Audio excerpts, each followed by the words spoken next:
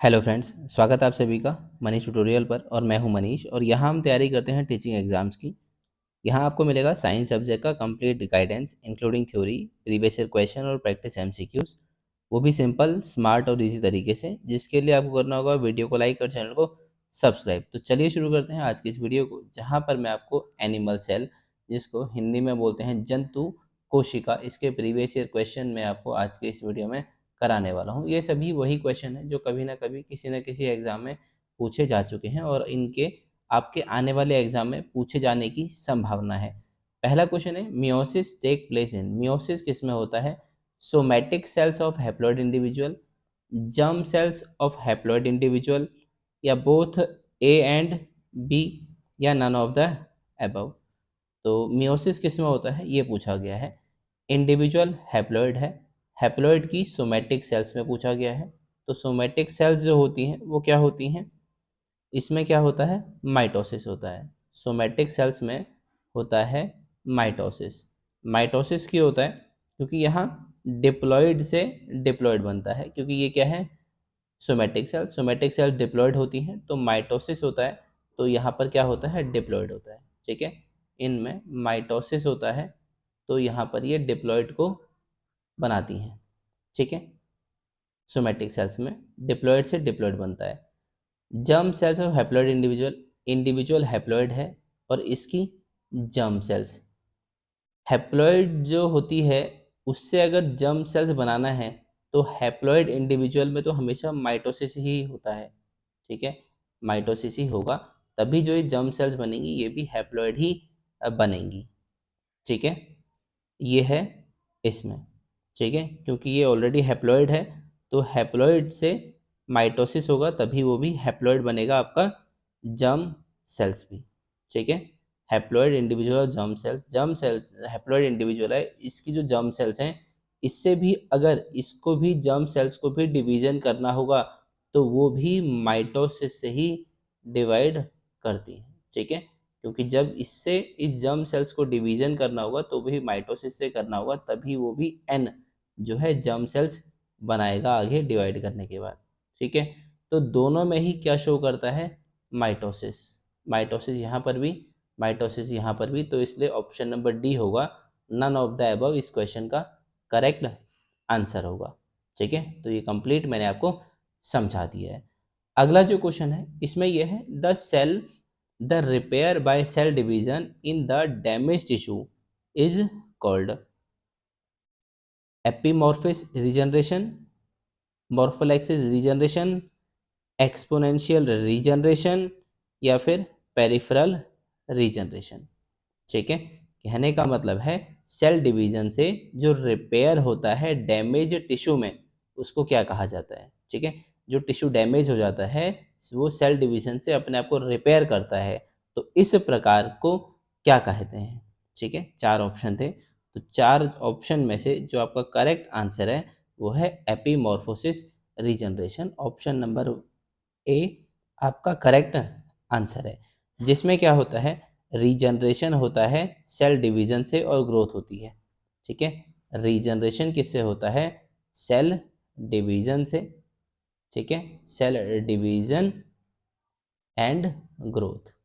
ठीक है, cell division होता है और यहाँ पर ग्रोथ देखने को मिलती है। तो ये किस में देखा जाता है? सैलेमेंडर में, SALAMANDER, सैलेमेंडर में, जो उसका लिम्ब का जनरेशन, ठीक है, लिम्ब का रीजनरेशन इस प्रक्रिया से देखा जाता है, जहाँ पर अगर उसका टिश्यू या सेल डैमेज हो गया है, टिश्यू या कोई पार्ट उसका डैमेज हो गया है, तो वो सेल डिवाइड करेगी और उसको ग्रोथ हो जाएगी, या मतलब वो सेल या वो टिश्यू जो है या वो ऑर्गन जो है दोबारा बन जाएगा। ऐसा देखने को मिलता है सैलेमेंडर में। ठीक है, अब जो आप बात करते हैं मोर्फोलैक्सिस रीजनरेशन में, इसमें क्या होता है? इसमें क्या होता है? Reorganisation of existing cell. ठीक है, इसमें होता है reorganisation, reorganisation of existing cell. इसमें जो पहले से जो सेल एग्जिस्ट करती है उसका रीजनरेशन होता है। ठीक है, रीऑर्गेनाइजेशन होता है एग्जिस्टिंग सेल्स।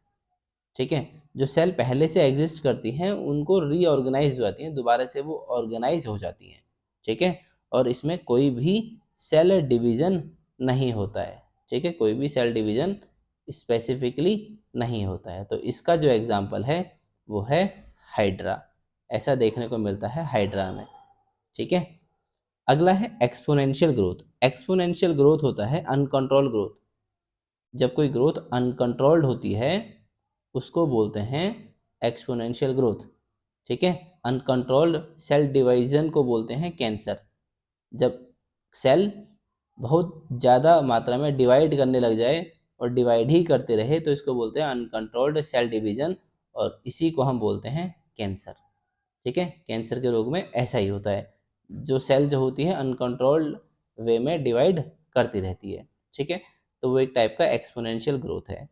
अब बात करते हैं पेरिफेरल रीजनरेशन में।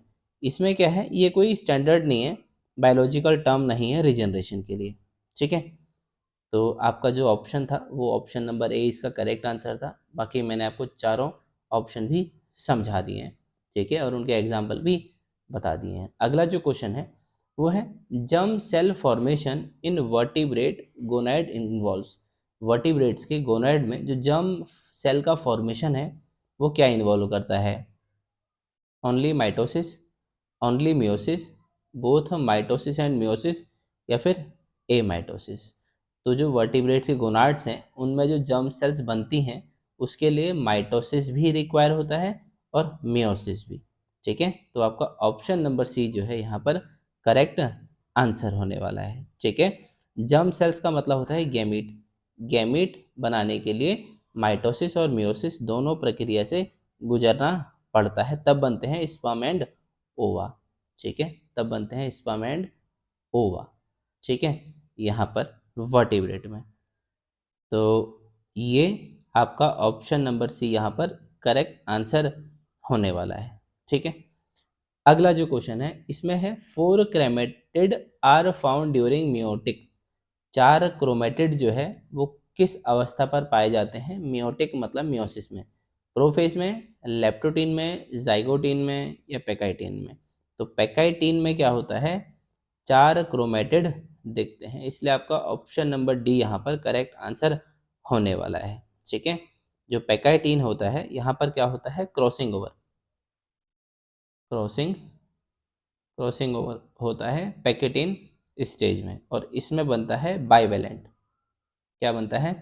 बाइवेलेंट।